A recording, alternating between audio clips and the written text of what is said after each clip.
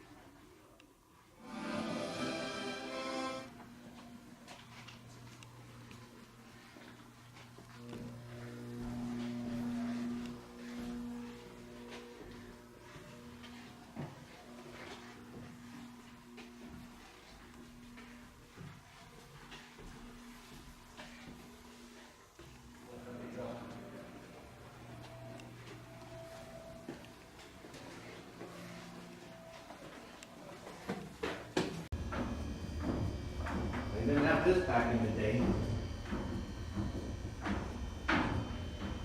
Heading up to the flight deck. So, as the 50s go on, the Hornet now becomes what's called the CVA, an attack. The A stands for attack. So we have propeller airplanes, sky raiders. Here we are on the carrier deck.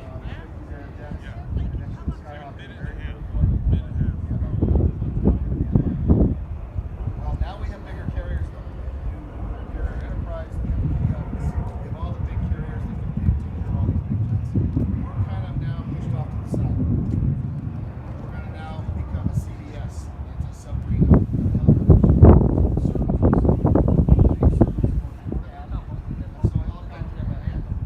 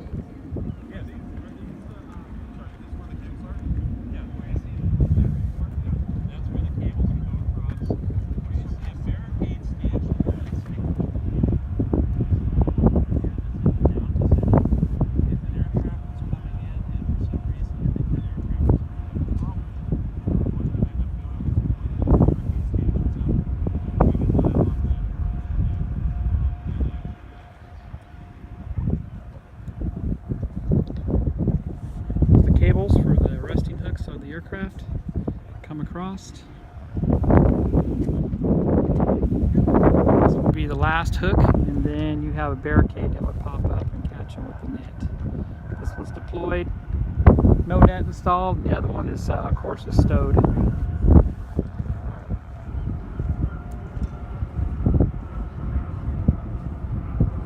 Probably couldn't hear a word I said. I apologize, with the wind. It's very windy up here.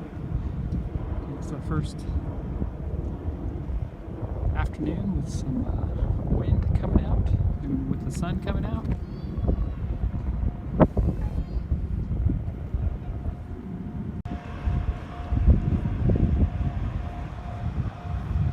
These are the military cargo vessels that are docked right beside